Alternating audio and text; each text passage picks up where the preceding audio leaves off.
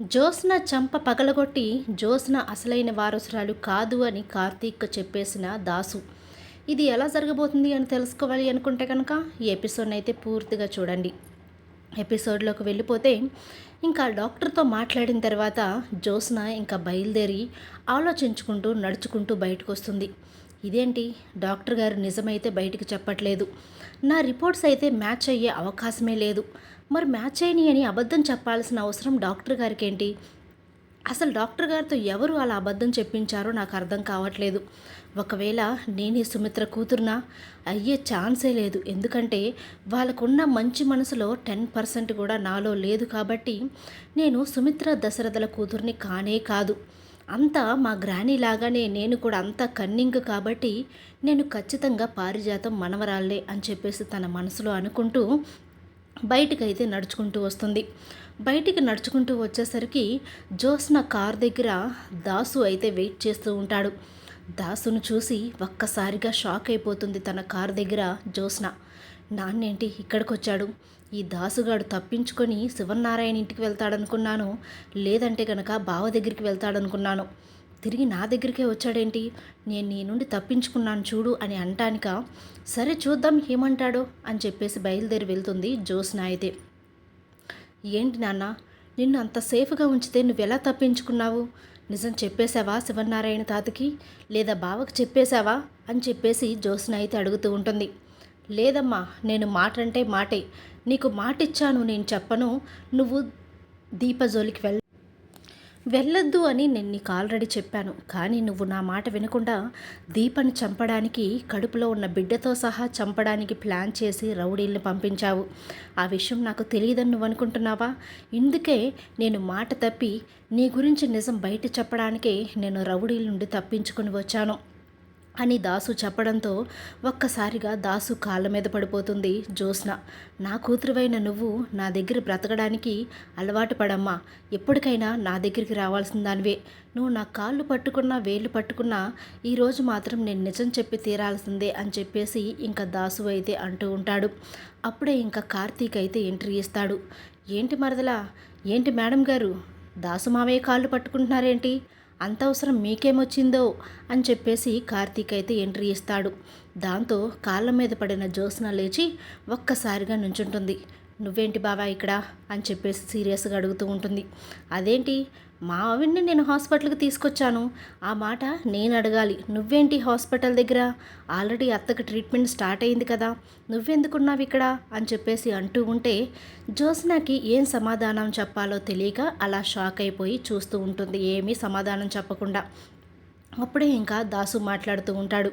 అరే కార్తీక్, నేను నీకు ఒక నిజం చెప్పాలనుకుంటున్నాను రా, అది కూడా జ్యోత్స్న ముందే అని చెప్పడంతో జ్యోత్స్న కళ్ళతో సైగ చేస్తూ ఉంటుంది చెప్పొద్దు అని చెప్పి. అప్పటికీ కూడా దాసు అయితే ఆగడు. అరే, నేను నీకు నిజం చెప్పడానికే బయటకు వచ్చాను, ఎందుకంటే కొంతమంది ఆస్తిలోనే పుట్టామని, ఆస్తిలోనే పుట్టి పెరిగామని విర్రవీగుతున్నారు. కానీ ఆస్తి అనేది ఎప్పటికీ కూడా శాశ్వతం కాదు అని చెప్పేసి అంటూ ఉంటే, ఇప్పుడు ఇవన్నీ నాకెందుకు చెప్తున్నావు మామయ్య అని చెప్పేసి కార్తీక్ అడుగుతూ ఉంటాడు. చెప్పాలిరా కార్తీక్, నీకే చెప్పాలి అని చెప్పేసి ఇంకా మొదలు పెడతాడు స్టోరీ అంతా కూడా. ఎలా జ్యోత్స్నని వాళ్ళమ్మ మార్చిందో మొత్తం స్టోరీ అంతా కూడా కార్తీక్ చెప్పేస్తాడు. అరే కార్తీక్, ఇదేరా నిజం, జ్యోత్స్న వారసురాలు కాదు. జ్యోత్స్న వారసురాలు కాదనే విషయం జ్యోత్స్నకు కూడా తెలుసు. కానీ ఏదో ఐశ్వర్యంలో పుట్టి పెరిగానని అనుకుంటుంది కదా, ఈ ఐశ్వర్యం అనేది మధ్యలోనే పోద్దని, తనకంటూ ఒక నాన్న దాసు అనేవాడు ఉన్నాడని, వాడి దగ్గరికి వెళ్ళి నార్మల్గా బ్రతకాల్సిందే అన్న విషయం నా కూతురికి తెలియదు. కాబట్టి ఇన్నాళ్ళు కూడా ఇంకా ఆస్తిలో నుంచి నన్ను ఎవరు కూడా బయట పడేయలేరు అనుకుంది. కానీ నిజమైన వారసురాలు దీప వచ్చేసింది కదా, ఇప్పుడు దీపకే శివనారాయణ గారికి నిజం చెప్పి నేను ఆస్తి మొత్తం కూడా రాపిస్తాను అని చెప్పడంతో ఒక్కసారిగా కార్తీక్ అయితే చప్పట్లు కొడుతూ ఉంటాడు. ఎందుకు బావా చప్పట్లు కొడుతున్నావు అని చెప్పేసి జ్యోత్స్న అయితే సీరియస్ అయిపోతూ ఉంటుంది. నీకేంటి మేడం గారు, మీరెందుకు సీరియస్ అవుతున్నారు? నా భార్యకు ఆస్తి రాబోతుంది, నా భార్యని ఇప్పటి వరకు అందరూ కూడా అనాథ అనాథ అన్నారు, కానీ నా భార్య అనాది కాదు, సుమిత్ర అత్త కూతురు. అవసరమైతే ఇప్పటికిప్పుడు నేను డిఎన్ఏ టెస్ట్ చేయించి రుజువు చేయగలను అని చెప్పేసి కార్తీక్ సవాల్ చేయడంతో జ్యోత్స్న ఏం మాట్లాడాలో తెలియక చెమటలు కక్కుకుంటూ నుంచుంటూ ఉంటుంది. అప్పుడే ఇంకా కార్తీక్ ఎదురు మాట్లాడతావా నువ్వు అని చెప్పేసి ఒక్కసారిగా జ్యోత్స్న చంప పగలగొడతాడు దాసు. నాన్న అని చెప్పేసి చాలా గట్టిగా అరుస్తుంటే జ్యోత్స్న, అది మేడం గారు, ఇప్పుడు ఒరిజినల్ పిలుపు అనేది బయటకు వచ్చింది. మీ నాన్నను పట్టుకుని ఇన్నాళ్ళు కూడా కనీసం ఆ ఎమోషన్స్ కూడా మీకు లేవా?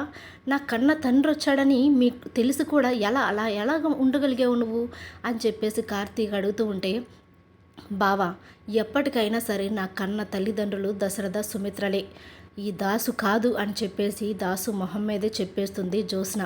నువ్వు అనుకున్నంత మాత్రాన ఏది అయిపోదమ్మా, ఆ దైవం ఎలా నిర్ణయిస్తే అలాగే జరుగుతుంది.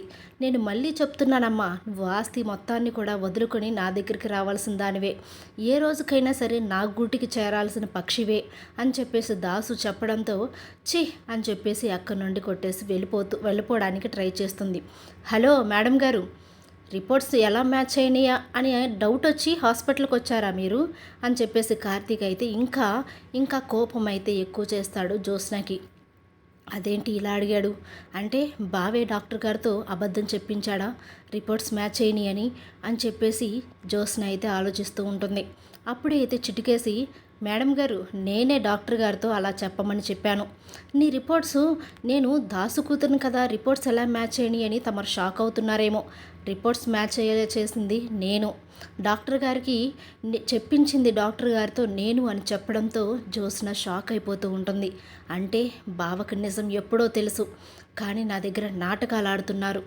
ఎంత మోసం చేశాడు ఈ దాసు బావ కలిసి నన్ను, మిమ్మల్ని వదిలిపెట్టను అని చెప్పి కోపంతో పళ్ళు నూరుకుంటూ అక్కడి నుండి అయితే వెళ్ళిపోతుంది జ్యోత్స్న. ఈ విధంగా దాసు అయితే జ్యోత్స్నాని చంప పగలగొట్టి అసలు నిజాన్ని అయితే కార్తీక్ దగ్గర బయట పెడతాడు. వీడియో నచ్చినట్లయితే లైక్ చేయండి.